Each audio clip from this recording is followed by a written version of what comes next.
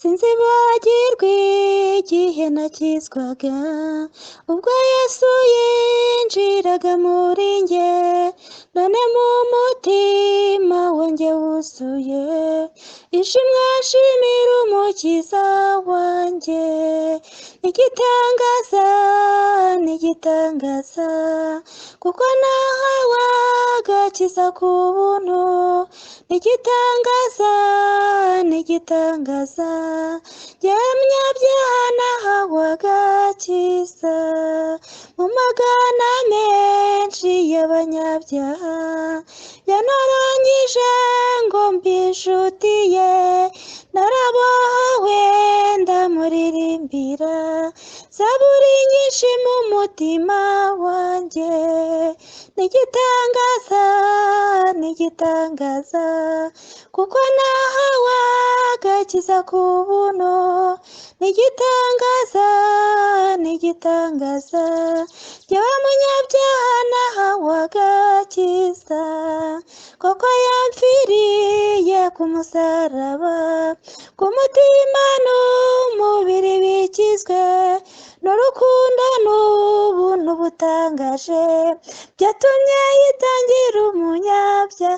Haleluya! N'igitangaza n'igitangaza, kuko nahawe agakiza ku buntu.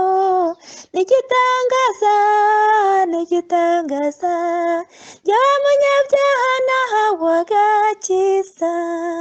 Namanukiwe n'umwuka w'Imana, anyuzuza mu rukundo runkwiye, nuzuye impundu mu mutima wanjye, ambatirisha imbaraga z'ijuru.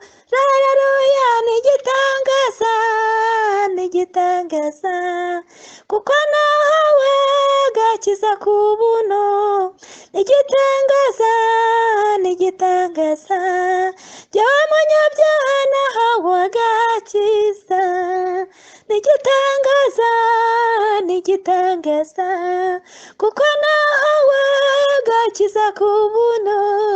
N'igitangaza n'igitangaza, jyewe munyabyaha nahawe agakiza. Haleluya! N'igitangaza n'igitangaza, kuko nahawe agakiza ku buntu. N'igitangaza n'igitangaza, jyewe munyabyaha nahawe agakiza. Haleluya! Ibuka ko wahawe agakiza, ibuka ko byari bikomeye, ibuka ko byari biruhije, ariko Yesu arabireba arangije aguha agakiza. Haleluya! Ongera wibuke nanjye nibuke, ongera wibuke iby'Imana yagukoreye. Ibuka ko yaguha agakiza utari ugakwiriye.